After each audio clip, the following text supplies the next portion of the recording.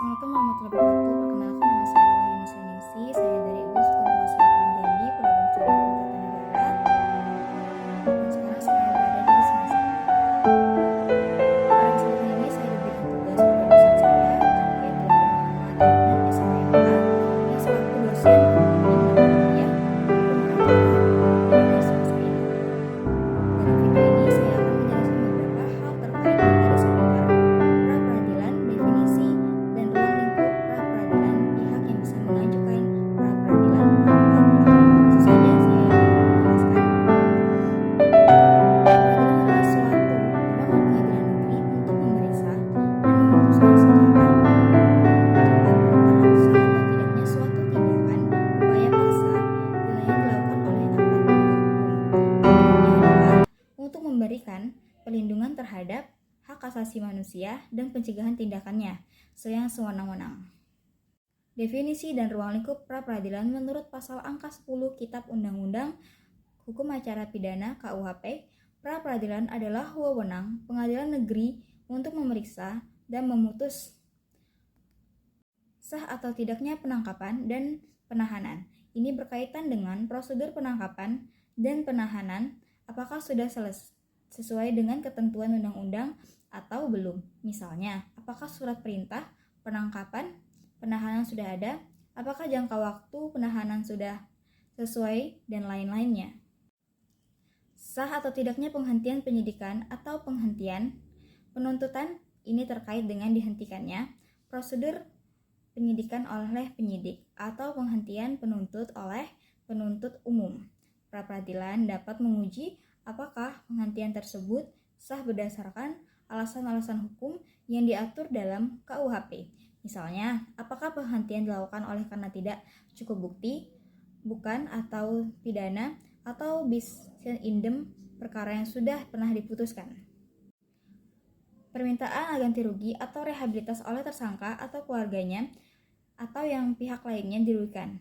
Ini diajukan karena penangkapan, penahanan, penyitaan, penggeledahan atau tindakan lainnya yang dilakukan tanpa dasar hukum yang sah atau karena kekeliruan mengenai orangnya atau hukum yang diterapkan.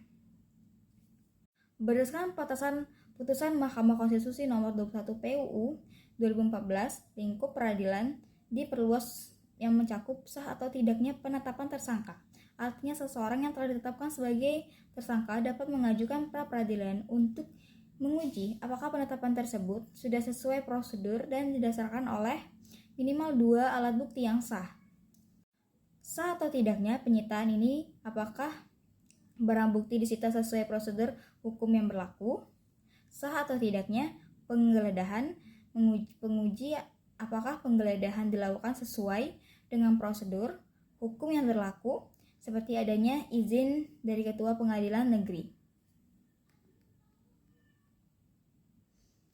Pihak yang bisa mengajukan pra-peradilan, pihak-pihak yang berhak mengajukan permohonan pra-peradilan adalah tersangka, orang yang diduga keras melakukan tindak pidana, keluarga tersangka seperti istri, suami, anak, orang tua, atau wali, kuasa hukum, sangka pengacara, atau penasihat yang ditunjuk oleh tersangka. Pihak ketiga yang berkepentingan khusus untuk pemohon ganti kerugian dan rehabilitas pihak lain yang dirugikan akibat suatu tindakan upaya paksa yang tidak sah juga bisa mengajukannya.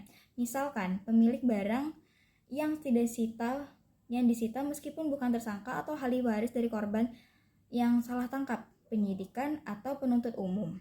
Khusus untuk kasus penghentian, penyidikan atau penuntut yang dianggap tidak sah oleh pihak ketiga yang berkepentingan, upaya hukum tersebut putusan pra-peradilan secara umum berdasarkan pasal 83 ayat 1 KUHP terhadap putusan pra-peradilan tidak dapat diajukan banding. Ini berarti putusan pra-peradilan bersifat final dan mengikat. Tujuan pembatasan ini untuk mempercepat proses penyelesaian masalah yang diajukan dalam pra-peradilan.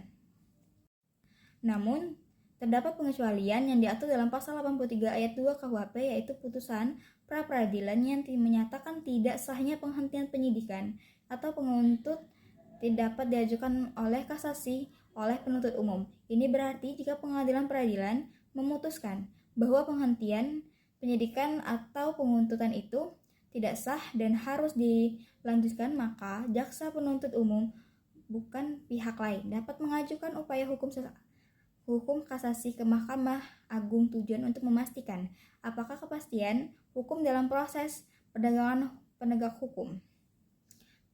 Terima kasih oleh penyaksian video ini. Semoga memahamkan kita mengenai pengamalan hukum secara pidana dalam konteks para peradilan semakin mendalam dan kita dapat berkontribusi positif bagi masyarakat dan negara.